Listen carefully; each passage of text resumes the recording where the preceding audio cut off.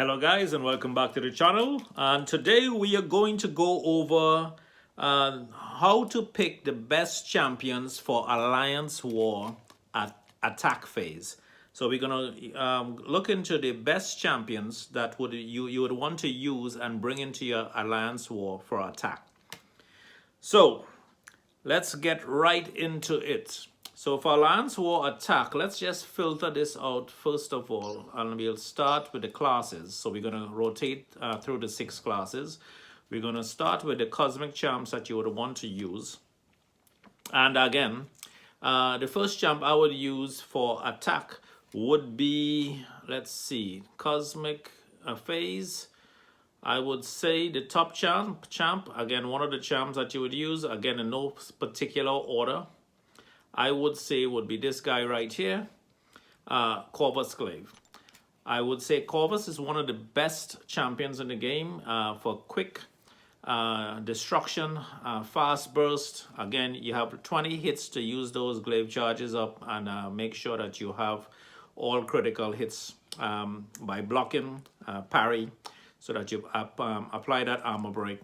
And so Corvus would be one of the best attackers that I would say you want to bring into the game.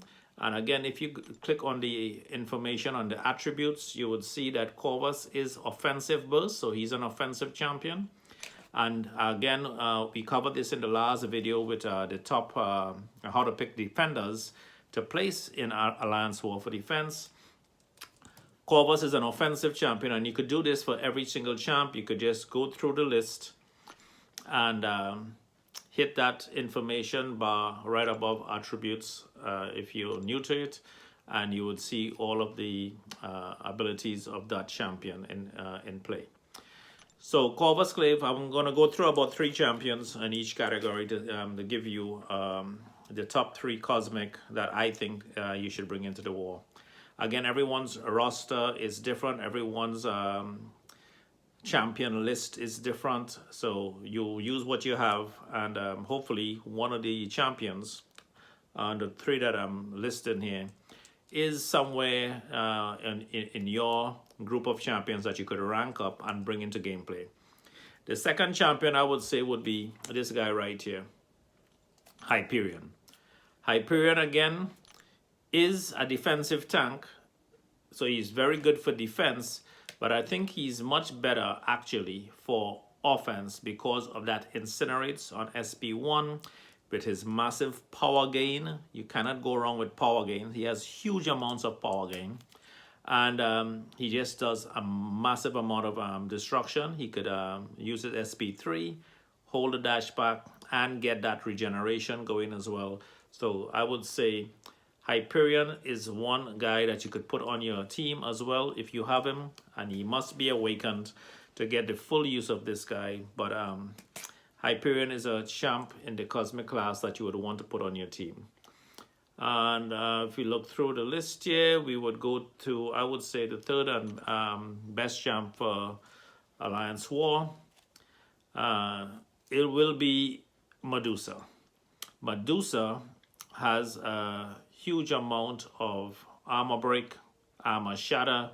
She inflicts bleeds, and she's poison immune as well. So she is very good for fighting robots and those tech champions.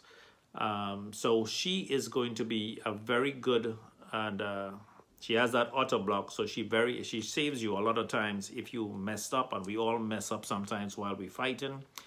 So she would be someone from the cosmic class that I would bring into it as well. And we have other champions like Venom as well, but we know we placed him in for defenses already, so you don't want to use that.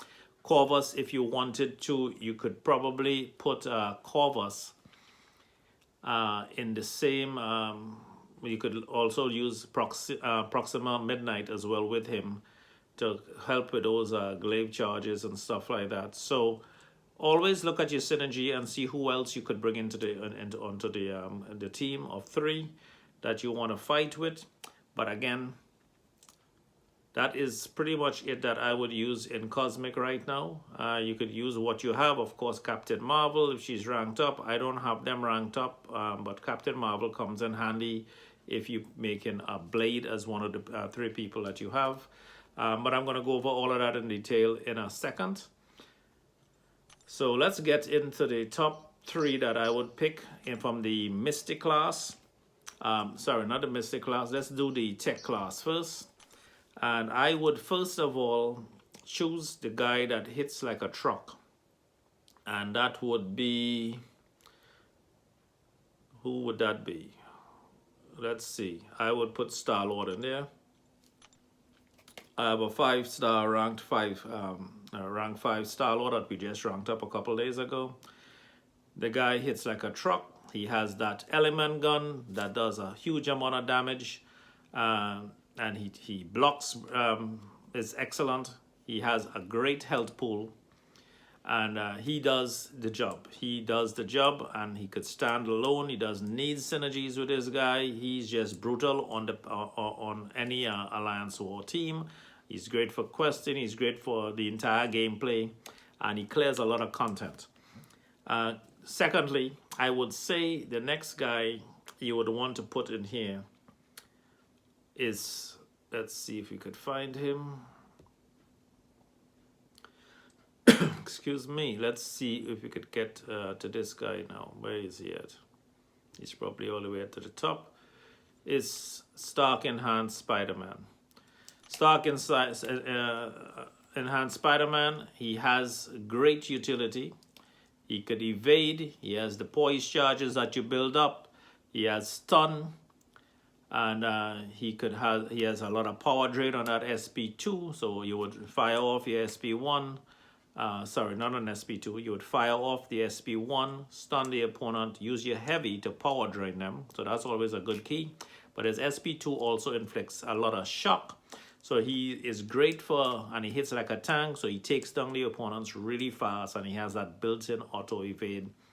So you could, someone that is like firing bullets at you, or any of those, anything that it requires flight, he totally evades most of the stuff, and you don't have a problem with Stark Enhanced Spidey. So he is also great for attack.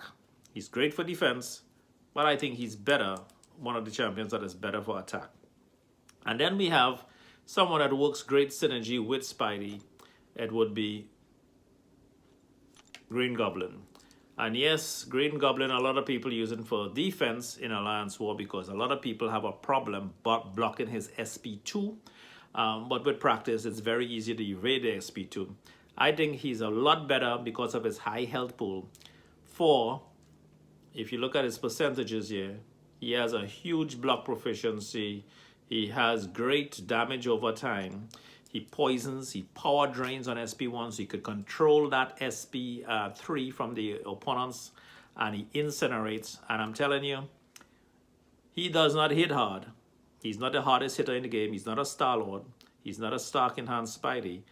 But with his utilities, he does huge amounts of damage on his SP2 and SP3.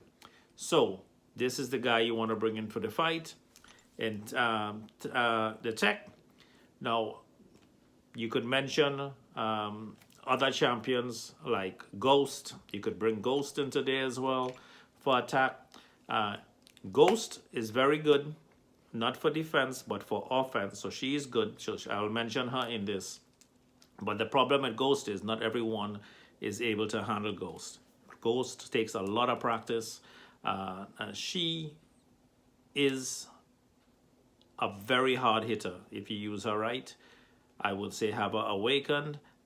She doesn't have to be awakened, but you have to be able to control her really well in order to execute SP1s, SP2s, and the timing is everything. But once you get hit, she's wrecked.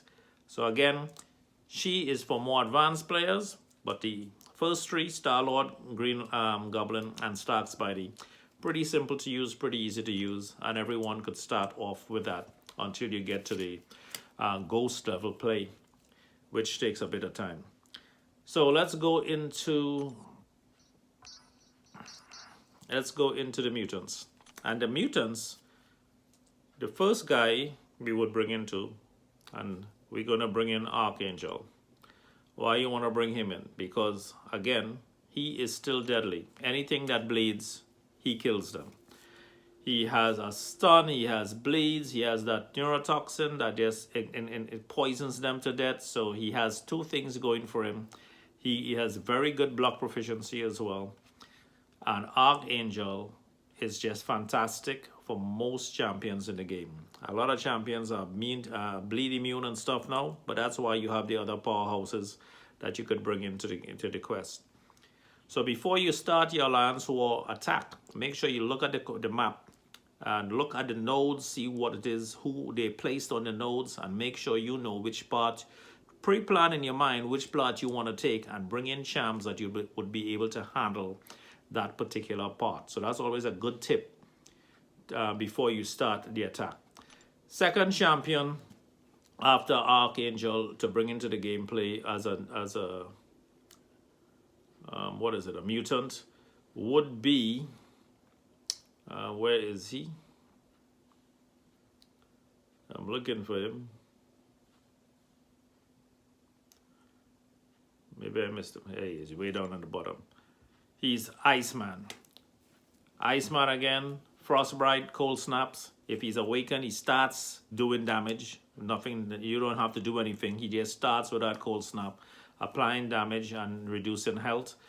He tanks SP3s really well, and he does a lot and inflict a lot of damage. Again, very, very good champ to have in the game.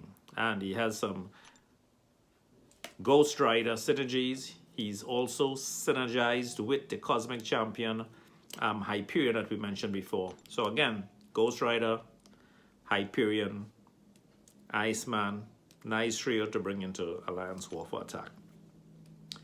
Again, so that's two. And the third guy on the list would be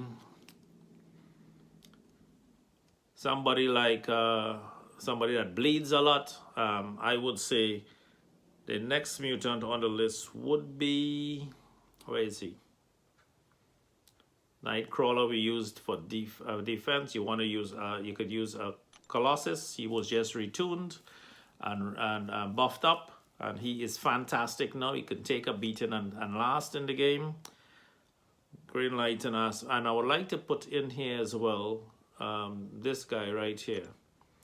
You want to use, you can use Sabertooth. So Sabertooth is fantastic as well. He's Cold Snap immune. He has persistent charges, so he ramps up as the fights go on. He has Furies, he has Bleeds, and he does a ton of damage as well. Awakened is even better because he has that regen. And the next beast for defense, for attack, sorry, would be Omega Red. So if you want to use a champ that really has that death field going for him, he has Degeneration, he life steals, he can heal with that SP1. So he has a lot of stamina and he has a lot going for him. So I'm going to put Omega Red as one of the champions as well in there. So that's who I'm going to be using with Alliance War for attack. Now let's look at the skill champions. Skill champions, top of the line is Bleed. If you have him awakened, even better. Unawakened, you could use a different champ on this list. I use Blade even unawakened, and he still does a lot of damage. So Blade is very good for power gain. As long as they bleed in, you stay close to the opponent. He starts to regen if he's awakened. But he has that SP2 that does a ton of damage, and his SP1 bleeds, he just bleeds. Everything is a bleed. Blade is your guy. If he's awakened, I haven't been able to awaken my Blade yet, but if I get the 5-star awaken gem for skill, he's the guy that I'm going to go with, or Aegon. Next guy, that is great. Aegon, I'm not going to say for Alliance War because he takes a lot of time to ramp up. He's more for those longer fights. But we're talking about Alliance War, Alliance Quest, short fights, short bursts. Blade is your guy. Next champion might surprise you, but she is just a devastating bleed and incinerate champion in the game. She has innovate as well, but I'm telling you, with the bleed and the incinerate, Plus, if she's awakened, she could survive SP3, stay at that 1%, and still continue to do damage. So she has nice synergies with some of these champs. But Gwenpool could stand on her own. You only have 3 champs to play with in Alliance War for attack. So they don't need to be synergized, but it's nice to have the synergy sometimes if you need it. And then we were going to go with one more here that is very good for attack. I know we use Korg and stuff for defense, Nick Fury for defense, because he's better on our 5-star synergy to help the entire team. But let's look at, where is this guy? Maybe he's fully ranked up down here. Killmonger. We have him on defense, but I'm telling you, he's one of the very few champions that is very good at a defensive utility or offensive burst. Plus, he has that, what does he have? He has not the, he has unstoppable, and he also has, this SP2 gives him indestructible. So he can take 3 indestructible hits and does no damage to him. So Killmonger is among that top 3 when it comes to skill champions. So let's move on really quickly to science champions. Science champions, we're going to go with this guy right here, Thor Ragnarok. Does a huge amount of damage, right? Now he is a defensive tank, right? But he's also an offensive raw damage champion, so that he's built for offense. Hulk, on the other hand, OG Hulk, the original Hulk, he is built for defense. His SP3 will wreck you. But this guy is built all for offense. So this is the guy, this is the Hulk you want to bring in for attack. OG Hulk, you want to bring him in for defense. But this is the guy that is a wrecking machine with that face me. Poison immune as well, heal block, stun, and innovate. So he does a ton of damage with it, on this team. He has nice synergies as well. None of these champions we're going to be recommending right now, unless it's a bigger team, because it's only 3 people. So you got to choose those 3 wisely. Now, who's the next champion we're going to use? We're going to use Void, and I'm going to tell you why we're going to use Void. If you used Void and you use Killmonger, for example, as a pair up, Void actually heals 1% or a small percentage, but you actually see anytime you fire off that SP1 or a special, Void gets a little bit more health, and Void already has a huge health pool. And Void actually is Incinerate immune, so he could be up against Mephisto. He is also very good for any champ that regenerates and has healing, because he actually reverses all of that healing, and power gain. Very good against champions like Hyperion, for example, that people like to use. So Void is a great champ to be placed in the game. You'll see some quick synergies. Again, he takes out a lot of synergies. So he has a lot of synergies. Champion gains 155 critical hits with Thor and Doctor Strange. So Void would be one of the champions, and then I would take on Human Torch for fantastic damage, offensive damage over time. The guy is a beast with that with that Incinerate and Nova Flame, and he is just fantastic. His name says it great. Fantastic Four. He has great synergy with, guess who? 2 other people on this team. Iceman. He has Iceman and him has synergy. Killmonger has synergy. And we mentioned Medusa. So this guy, and I like pretty much the best team up here is really with Medusa, because every champion on the team, all your 3 champions now have a 5% power gain. So if you brought this guy, Human Torch, and Medusa, and then you picked a 3rd champion on your team for attack, you have 5% power gain instantly to your champs, which is a huge dynamic. Now, The thing we mentioned again is for defense, and a couple of these guys, Captain America is great for that five team. Luke Cage is very good as well for attack, but he's really a defensive tank, so he's much better for defense. And that's pretty much it for defense. This guy here, Modok, we will say that he is great for defense as well. He's very annoying to fight. And let's move right into Mystic.